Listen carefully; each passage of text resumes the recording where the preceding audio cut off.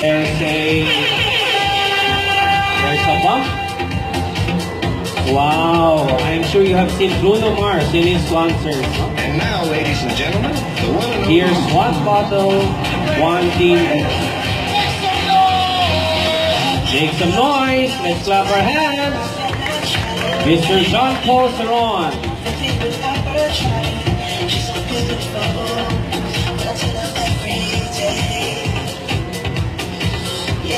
We will see grace under pressure. We will see creativity in their moves. There goes. The cost of his drink is 1,500 pesos for TS. Oh. Ladies and gentlemen, you can see how he's juggling the bottles with half-filled content. This is called working there. More objects. Here's a nice pouring. Take note, audience. Once they are finished, please raise your hand so that they will approach you and give you their cup of balance. Stop. Mr. Colseron is mixing dark rum, sugar syrup, guayabana juice, coconut rum, mint leaves, and lime zest. His procedure, we'll be seeing later, is modeling steer. Nice bump. Using the legs this time, and a bump. That's a difficult move, ladies and gentlemen. What did I say? In terms of the dropping object, it is to clap. And please, parents, tell your sons and daughters to do this at home with you. There goes, and a nice catch. So we are seeing professional player tenders, the best in the Philippines. They have competed internationally and representing the Philippines in international competitions. This is CL edition, invitational player tending exhibition for professionals. Nice. Nice routine.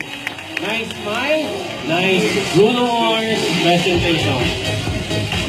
A sudden change of music is a sudden change in routine. Here comes 3 objects, 2 teams, ladies and gentlemen, and 1 bottle. Grace under pressure.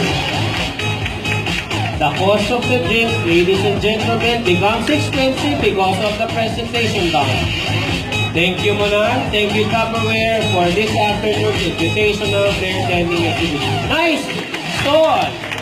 And a nice catch. So this is the first edition of the Invitational Player Tending Exhibition in CL Inspire Good Business 2016. He's putting the mint leaves and then a mixture also of coconut and guayabano. Wow, Madeleine Spear. There's a control syrup. Here's the model.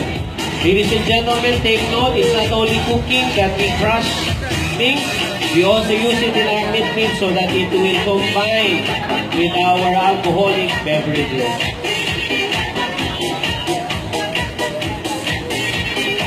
Take note that we have given our professionals a 6-minute presentation. It's quite long for a professional. Here comes 3 bottles this time. Ladies and gentlemen, let's give him a clap. Okay, what did I tell you?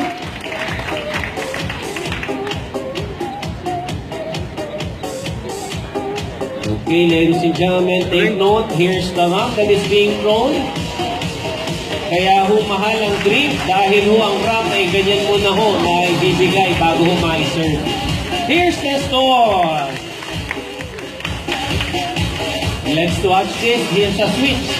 Galing ho and then another store. That's very difficult. Okay.